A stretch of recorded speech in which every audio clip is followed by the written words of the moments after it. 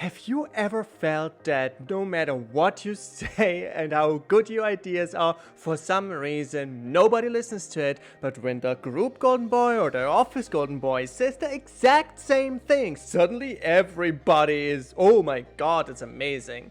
Well, that is something we're gonna solve today. Hello and welcome back to the Convincers Club. My name is Adam Nasser, I'm your host, and being an autistic person who was bullied pretty much all my childhood and my early adolescence, I know exactly how that feels. Nobody listened to me, I always was the outcast, and no matter what joke I made, nobody cared, but when the cool guy made the same joke, everybody laughed. Now, the good news about this is it's not you, because it's not like your DNA or who you are as a person. It's just how you deliver yourself and your messages. And today I'm gonna teach you 5 different personality traits that are responsible for other people not really finding you persuasive. How to fix it so everything you say goes directly into their mind, their ears, their hearts, and they give you the attention and the respect you deserve. So the first trait is something that I sometimes still struggle with. It's called overreactiveness. That means as soon as somebody says or does something, you show a specific reaction that seems to be over the top. Like over the top laughing when something is super funny, or being overly excited, overly emotional. And by overly emotional, I don't mean, hey, you can't be emotional or you can't find something incredibly funny. That's powerful and that's useful. What I mean is something that seems to be out of the norm. So for example, let's say somebody says, hey, you know what? How about we go for some tea together?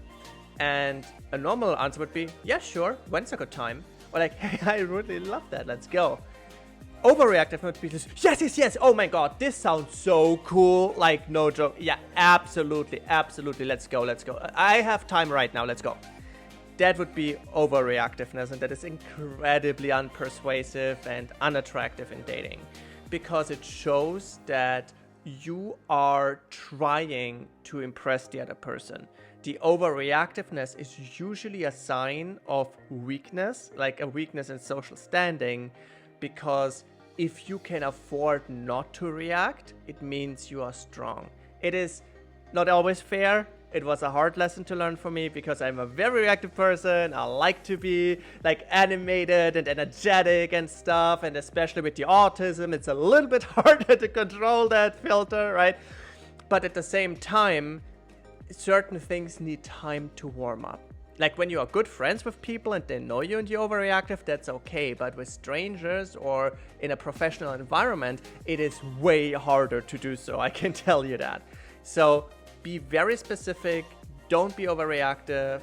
Control your responses so they are appropriate. They can be a little bit more energetic than the others, but shouldn't go like 10x higher. Alright, so the second one you probably experienced before, especially when you had a sales call on the phone. It's vagueness. It's people not being able to give you a clear answer to something that should be very simple to answer. So I'm not talking about the meaning of life and why are we here. I'm asking about very specific things that people should know in a position and situation where you ask them for it. So I'm going to show you a clip that illustrates this absolutely perfectly. Now, this clip shows one of the most beautiful and clear examples of vagueness. Of course, I know that these people are on different sides of the political aisle. That doesn't matter here. We don't care about politics. We care about persuasion in this channel. And I just want you to see, and we'll watch the full 5 minutes because I want you to see specifically what happens from the beginning, how friendly she is, to how infuriated she becomes and what she's talking about. Let's go.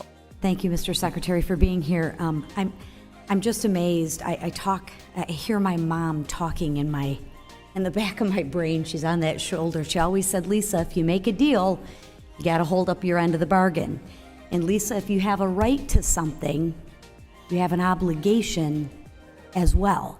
Seems like we want to pick up one end of the stick, but not the other. So I want to take a moment and just, since it's Mother's Day, and thank my mom for all the wisdom and guidance that she has given me on rights and responsibilities.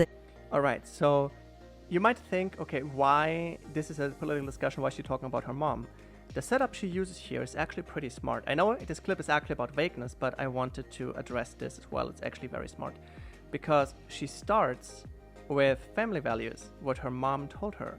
And using that story, what she heard from her mom, she subtly implemented, or not so subtly implemented, a very specific theory.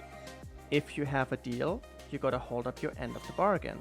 And you can't just get one end of the stick, right? Like Josie basically already sets up the idea that there might be something where one person wasn't holding up their side of the bargain.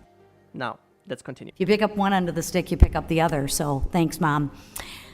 Switching gears a minute, in 2021, you had a hearing before this committee, and you said you believed all colleges, right, should be treated equally. Is that still your position? Now, first question that she asked, that she starts to establish, she wants to bring clarity, right? She's like, hey, this is what this is about. You said this last time you had a hearing. Is this still the position? Which is actually an amazing technique in like conversation in general, but also in persuasion, to make sure you're on the same page with the other person. I do. Awesome. And I want to protect the students and the taxpayers, but the idea that the department can act unilaterally to forgive student debt using the borrower defense program to discharge student debt, to me, is alarming. It's concerning. And I hear my mom in the back of my head. Mr. Secretary, I'm trying to get some data.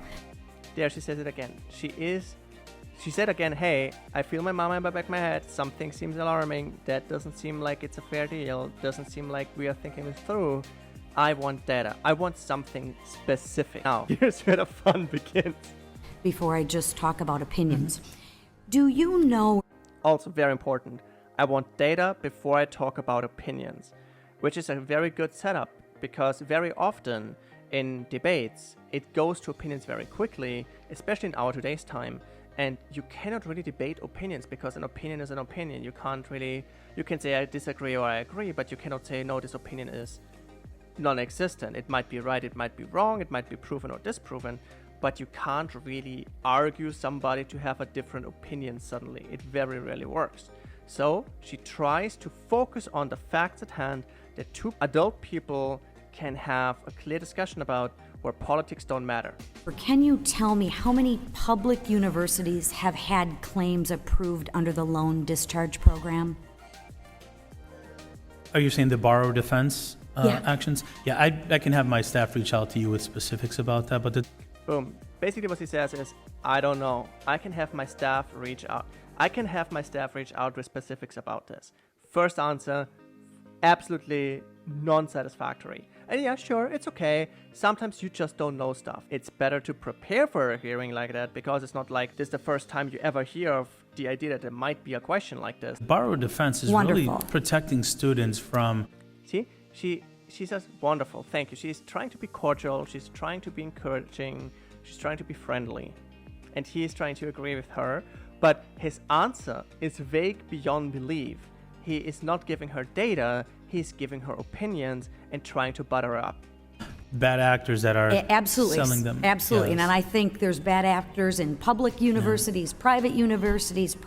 Yeah. You're always going to find bad actors. I wish we were all perfect, but that's not the world we live in. Yeah, I wish we would have this, but that's not what it is. So she's trying to bring it back to reality, trying to bring it back to the facts. Do you have or can you get me the data on the number of career colleges that have also had claims approved? Sure, we'd be happy to follow up with Okay, when information can I on that. expect? Do you have the data? I can follow up on this and send it to you. So he says, sure, I can, but the answer is still, there is no answer. He basically just says, I don't know, I'll send it to you. And now he deferred the second time, now she wants a timeline. That. Well, we engage Now let's get this. in feedback and communication with the committees regularly, so we'll make sure we act in good faith to continue that communication to get you the information. July He is not saying anything. Like, he can't give her an answer when they will reach out. He just says like, oh yeah, my staff will reach out to you. But he's not giving her anything here. Like, we act in good faith, we are in communication, and it should be so. Like, there is only hot air. That is infuriating for people. She is still keeping a calm and still tries to nail him to a specific date. first, Timely way. you think we should I'll have at my least team have reach it? out to your team very soon to share when you could expect that. Now he's even deferring that the team is reaching out to her team to give her something so simple as a date. If he's in charge of the team, he should be able to decide, hey, I want to deliver this in 3 days, in a week, in 2 weeks, or whatever it is. But he's not even giving her that. It's completely vague. I'm sorry. You I have will no have idea my- when you're going to be able to get me the data? Well, you know, we have 45 letters that were sent to us, and we're working in good faith to make sure we communicate but it's really reasonably. simple. I'm just Here, you see, she even called him out on it. She directly said like, wait, you don't know when you can send me stuff? Like, what's going on? And he's coming with the, hey, we are doing it in good faith. Like, good faith, I know good faith is meant to mean good faith, but in most cases, it's vague speech for, I don't want to incriminate myself, but I actually don't want to give you an answer, I don't know. trying to get the data on how many public universities and private universities have had claims approved under this loan discharge program. I'm sure that information could be gathered, and I'll have my team reach out to yours. Is it Here, now you even see, before it's like my team will reach out to you, it was active language. Now it's even passive language. This information could be gathered. Usually when people use passive language, it means they want to remove themselves completely from the equation. They don't want to be there, so they remove themselves and talk passively as if they are not part of that. And he's getting even more vague now. I appreciate that. I'm kind of looking for a date. And she even said it again. Lisa McLean has amazing patience. She is very, very, very like controlled and specific, and she really gives him a lot of chances. That's fine. I'll have my team reach out to yours to share with you a date that you can receive that information. Here, again, same vague answer. He is not giving her anything. It's important that you have the information, and it's I would Now here we have the typical, like, it's important that you have this, like, this typical, like, I want to make you feel hurt tactic, but the thing is, this tactic only works if you give somebody proof that you actually mean it, and he's not even giving her that. agree too, and with as much money as we give the Department of Education and as much as we care about the students, I would think somebody has this data. Yeah. So I mean, you want to say August 1st? She makes another offer, right? You see, she's constantly trying to bring it to a specific date, to a specific data. She's making a lot of concessions to him, which is a good tactic if you are talking to somebody where you assume maybe the person is nervous or they're maybe not super on top of things, which sometimes can happen if things are chaotic, right? Like, she is giving him a lot of benefit of the doubt. She's giving him even an extended, like, hey, before she wanted July 1st, how about August? Is that a possibility? I mean, that's like 3 months. I would think we could be able to get this data in a 3-month period of time. Yeah, we think it's really important to communicate with you, and I'll have my team reach out to yours to share a timeline of when we can get. Still same vague answer. He doesn't even know if he can give it to 3 months. See how it is extends. It is more and more and more. That information to you. Am I the only one that thinks that? Okay, all right. See, now she's losing her patience. Like, am I the only one who's catching this? Like, am I the only one who like notices that he doesn't give me answers? Well, thank you for your speedy expedience on this. Okay. The sarcasm is strong in this one. I understand that there's also been a lot of FOIA requests made by private organizations and institutions trying to get information on these claims and have not received them yet. Has your department been processing and responding to these requests? Absolutely. Okay. The Department of Education is committed to. Now, that is so funny. He says absolutely, and she thinks she gets an answer. Now get this. Being very clear and providing information with oversight. We take that very seriously. We just We're don't very take the responsive. timeline seriously. We She directly clarifies it like a jab. Do you see how friendly she was in the beginning and how sarcastic and attacking and direct she is now? Do you think if he would have given her, like the first time when he said like, hey, my team reached out to you, he was persuasive enough to make her say, yes, okay, that's fine. Second time, she already wanted to have a timeline. She even was willing to give him extended time. Now she's directly grilling him. Provided over 2,400 pages of documents in this Congress alone. We've responded to 45 letters this Congress alone, and we're going to continue to take that very seriously How many because employees do you oversight have is in the important. department? How many employees do you have in your department, and what? This question, how many employees he has in the department, would have never come up. That would have not been a question at all if he would have given useful answers. But he didn't. And because she wants data and she doesn't get it from the things that you should know, she is digging into other parts where he doesn't want her to dig. So the thing is, people will find errors and mistakes and things that incriminate you if they want to find them, because something can always be bad for you. And if they want to find it, and if they want to look for it, they will. And being extremely vague about very simple things makes them look for things that become bigger problems for you later. What's your budget? Roughly under 4,000. Under 4, okay. So I'm going to take that as a yes. You have been processing and responding to these FOIA requests? She even tries to clarify his answer. Hey, is this a yes? She is trying to help him here. We take that very seriously, and we have That's a been. great answer to a question I didn't ask. Boom, see?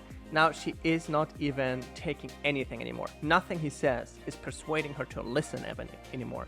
She wants clear yes or no, and if she doesn't get it, it's over. His vagueness cost him all his persuasion. So can we just stick with the question? Yes or no? I mean, we learned that early in education. Has your department... Now she even refers to the education department this way. Like, do you see this attack now? She lost respect for him now. She lost respect as an interviewer, as a conversation partner now, as somebody in a hearing. She lost all kinds, like he lost all persuasiveness, all power, because of just one personality trait that made him infuriating to her. Despite her trying to be cordial, trying to help him, trying to work together on this. Been processing and responding to the FOIA requests? Yes, they have. No, they haven't. I'll even accept an I don't know. Yeah, we take FOIA requests very seriously, and we have been responding. So yes. We take FOIA requests very seriously, and we have been responding. Even if we have been responding, isn't that so hard? You can just say yes. Like, even if it, like, we don't even know if this is a yes now. Like, we don't even believe this is a yes now. If he would have just said it, it would have released the tension, but it's just building up for her now. Like, she must be so frustrated right now. What color's your suit? I'd be happy to focus on the budget. See that? Now, she is completely, like, she tried to make a joke on this, and he's not even giving her a very simple answer on what color his suit is. Not even that. Not even that. I'm just trying to figure out if we can answer a question. I'd be happy to All right. speak to Madam the Chair, I budget think as this well. information is vital, not only for the oversight role, but also to understand President's... Now, that's enough. Can you see, like, I know this was just a 5-minute clip and we dissected it pretty hard, but I really want to hammer home, like, how bad vagueness makes you look. How bad vagueness in moments where you should be clear, where you should be prepared, and where you should give clear answers makes you look. It can destroy any kind of persuasiveness that you ever had. Trait number 3 is always having a story. And that was something that I didn't get in the beginning. Might be my autism, but I always thought if you give people a reason for why something didn't work out, they will believe you more. Because we just talked about vague, but it happened as the opposite. People thought I was more lying, more dishonest, because I talked so much and I gave so many detailed stories of why certain things didn't work out. I never lied, but they still didn't believe me and still thought my argument wasn't persuasive. So I give you another example on this. We used to have a coworker, and we were working on a team. I was the copywriter, we had a social media manager and all that stuff, right? And this one person had a list of responsibilities, and for some reason, that one person very often dropped the ball. Like, didn't post when he was supposed to post, didn't deliver things on time. He always said, oh yeah, I'm gonna do it in the next 2 hours. Didn't happen for several days, and it happened multiple times. And suddenly, we were, of course, suspicious. Like, hey, didn't we post this? Oh yeah, it was this person in charge. Of course it didn't work. Like, he lost all trust in the team completely. And whenever we asked him, like, what happened? Oh yeah, I was sick. I had an issue with my kid. My car broke down. My dog was sick. This happened. That happened. I had a mental breakdown. Whatever it is, he always had a story. I personally prefer somebody telling me what's up, because I will never judge a person for what happens in their personal life. But in the long-term thinking, it doesn't change a thing. If you messed up the work you were supposed to deliver, no excuse in the world changes the end result. So even if you have the best reason possible, if 9 out of 10 times you mess up, the stories won't save the revenue lost. The stories will not pay the team members who couldn't work because of you missing stuff and because of you failing to do the job you're here for. So be very, very careful if you give people stories. Whenever you mess something up, yeah, sure, give them a reason what happened, but also include what you're gonna do to fix it immediately and how you prevent it happening next time. That shows them that it's not just you making up an excuse, but you're actually trying to improve things and it wasn't intentional. By the way, Americans, please put it in the comments. It's like an honest question for me now. I noticed every single time an American team member botched something or didn't do something, they always said they had food poisoning. Is this like corporate America code for I messed it up because food poisoning is a good excuse or something? Please tell me. I would love to know. I have no clue and I would really want to know. Now, point number 4 is a personal pet peeve of everybody who has a friend that is in an MLM. It's assumed enthusiasm. Do you know those people who just ramble on and on and on and on about the amazing things that this product can do and how it's gonna change your life, and they don't even see how you're like sitting there like, no, oh, yeah, no. Like, they don't see it. They're just like rambling and this benefit and this feature and this feature and go and go and go and go, right? It's like they assume you're just as enthusiastic, but like they are, because they just believe what they're selling and you don't yet. And it is very unpersuasive, and here's why. If you assume enthusiasm without having asked the other person any questions or created any understanding or bridge between their life, their needs, their wishes, what they care about, and what cool things your product can do, it will be zero persuasive. There will be no persuasive power in this whatsoever, even if your product is the best possible fit for them. So as you can see, persuasion isn't just about telling the truth and the truth doing the work for you, or talking about a great feature of a product and then hoping the feature and the benefits take care of the rest. That's not the case. This is just the beginning to get through the door. Persuasion happens when you create a bridge so people see how what you want them to do or what you want to sell them or what you want them to believe already fits in their life and complements it or enhances it or makes something better, nicer, clearer in any way, shape or form. If it's not doing any of those things, the persuasiveness will be zero. Now, the last point that makes people incredibly unpersuasive pretty much immediately are I-based pleas or I-based requests. The favorite word of everyone in the world is their own name. And it's actually interesting that I noticed in my practice as a hypnotherapist, whenever I gave suggestions and the word I didn't come, like I didn't say it at all, the suggestions got people into trances so much faster and so much deeper. And I sometimes even realized that when I used the word I as they were in trance, suddenly they were like waking up a bit and coming out a bit, because the word I realized, wait a minute, the person is talking about not me, so either you don't care, like I don't care, why would I care about this, not me, right?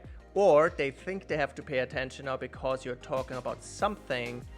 But even if they try to pay attention, usually just a few seconds and they lose interest. Unless they're like a super hardcore fan or whatever. But most of the cases, the word I deactivates the brain and puts people on autopilot. The word you, on the other hand side, or their name, immediately wakes them up and immediately makes them really, really attentive. So if you want somebody to do something for you, don't say, hey, I need you to complete this report until end of day. You'd rather say, hey, you are so good at this. Please complete this until end of day. You can do it. And another reason why you want to use this is because people follow people where they feel that their life gets better. They want to know that whatever they are a part of is beneficial to them. And the word you conveys that. If you say you more often than I, the balance looks like everything they do is about them because they heard the word you in their name so often. If they hear the word I more often, they think, okay, it's not about me, it's about them, and then they lose interest. So whenever somebody uses the word I, an angel cries. Let's think about it this way. But basically, don't use the word I if you really want people to follow you. Use you or the name.